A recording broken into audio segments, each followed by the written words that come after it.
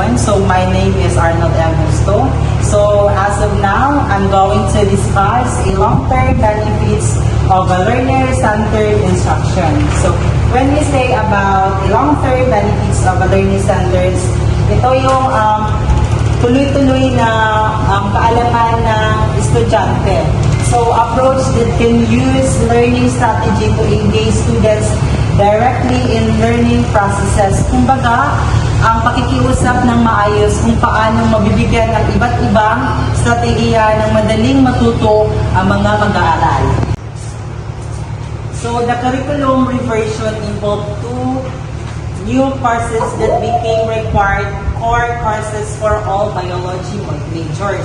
Kumbaga, i-revive yung curriculum sa dalawa ka courses na ni-required yung biology na mga major. So both courses use a pedagogical approach that involves students in activity rather than passively learning through lectures. Kumbaga, binibigyan nila yung students ng mga activity kaysa sa ang mga students na nakikinig sa lectures. So, the benefits of a learner-centered teaching may extend far beyond the class in which such teaching occurs.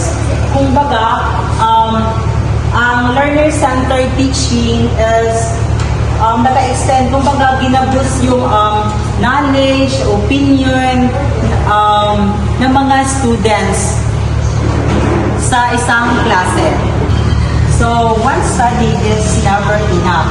Kumbaga, hindi lang sa isang aralin ang dapat nating matutunan.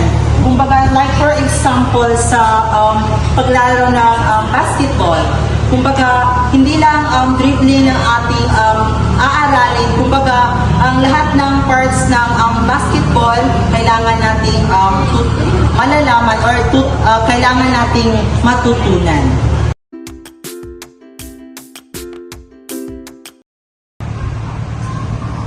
How technology can improve learner-centered teaching. Number 1, shift balance of power toward the learner. Interactive online assignments can help facilitate the transfer of power and give students opportunities to practice mastering the material at their own pace. Best example dito is noong pandemic.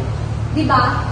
Binibigyan tayo ng power ng teacher na gawin yung anong gusto natin. Magbibigay lang sila ng task for that particular topic, tapos tayo na ang bahalang gumawa.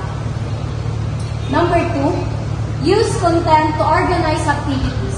Students appreciate a structured logical flow to their courses, and how you organize your assignments and activities can go a long way in minimizing confusion. Ito yung dapat i-practice talaga. As a future educator, dapat naka-organize yung mga activities natin. Because maiiwasan ng isang estudyante ang confusion. Maiiwasan ng mga katanungan, mas mapapadali ang ating discussion.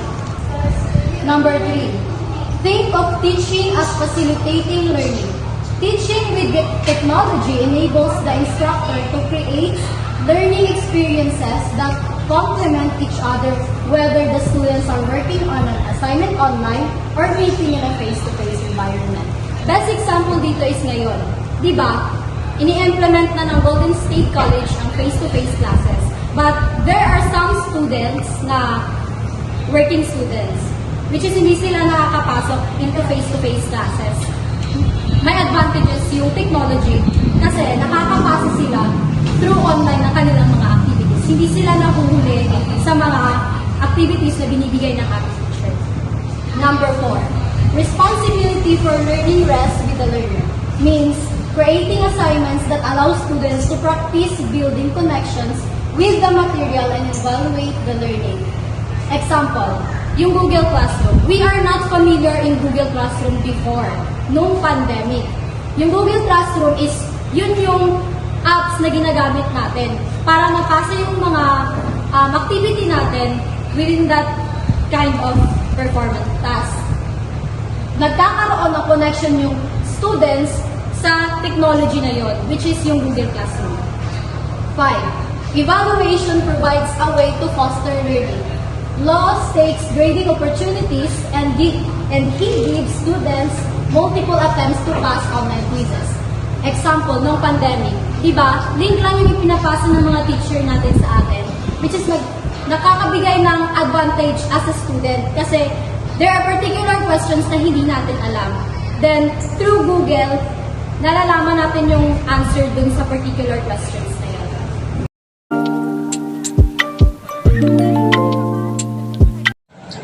Okay, let's proceed to our next topic, which is a learner-centered approach affects student motivation. So, most of the time, research evidence goes by bits and pieces, not at all at once, and evidence documenting the effectiveness of learner-centered approaches is no exemption. So most of the time during the pandemic, di ba nag-online class tayo, which is the part of e-learning. Kaya, and then,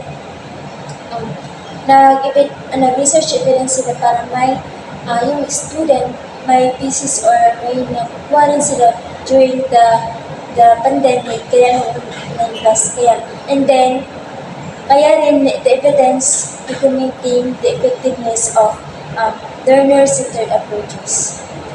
Next, the comparison of pre- and post-test scores revealed improvement at statistically significant levels for 3 of those skills. So, first, intrinsic goal orientation. Second, control of learning beliefs. And the third is self-efficacy. Intrinsic goal orientation. So, when we say intrinsic goal orientation, ito yung motivation that stems from primarily internal reasons.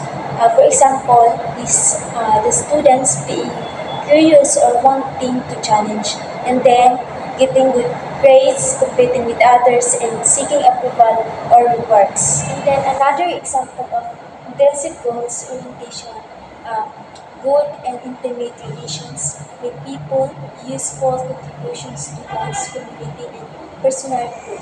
And the second is control of learning beliefs. So when we say control of learning beliefs, it's about refers to students' beliefs about the contingency between their behaviors and their performance. So, control belief about learning concerns how much perceived control one has to accomplish positive. For example, sa control belief for learning is it concerns the belief that outcomes are contingent on the amount of effort one puts in contrast to external factors such as the teacher. And the last is self-efficacy. So, itong self-efficacy, in other term is self-confidence. Ito yung refers to an individual's belief in his or her capacity to execute behaviors necessary procedure to produce rather a specific performance attainments. So, for example, the self-efficacy, if you believe that you have the skills necessary to do well in school and believe you can use those skills to excel, then you have high academic efficacy. And that's the example of self-efficacy.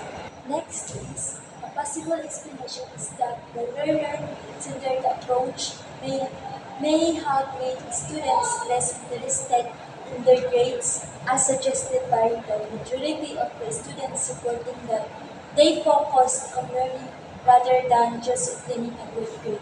Kumbaga, ang mga mag-aaral is nakatuon naman sila sa pag-aaral para makakuha sila ng magandang marka.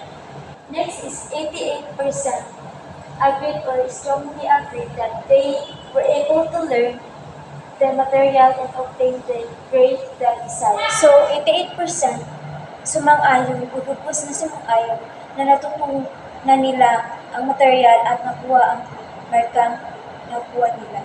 Next is more than 75% said they would rather take a pharmacotherapy course using a learner-centered approach. Kumbaga, mas gusto yung mga estudyante, mas gusto nila kumuha ng kursong pharmacotherapy gamit ang diskarte ng learner-centered approach. The last is the rapid development of technology and drugs within this field. Makes it essential that students be motivated to become lifelong learners rather than about to learn just what is necessary to pass the test. If they are to provide quality care to their future patients. A similar assessment applies to student learning in almost any fields nowadays. So kumbaga maging motibasyon, maging panghabang buhay na pag-aaral sa halip na payagang matutunan kung ano ang kinakailangan upang makapasa sa pagsusulit. Kung sila ay magbibigay ng kalidad ng pangangalaga sa kanilang mga pasyente sa hinaharap.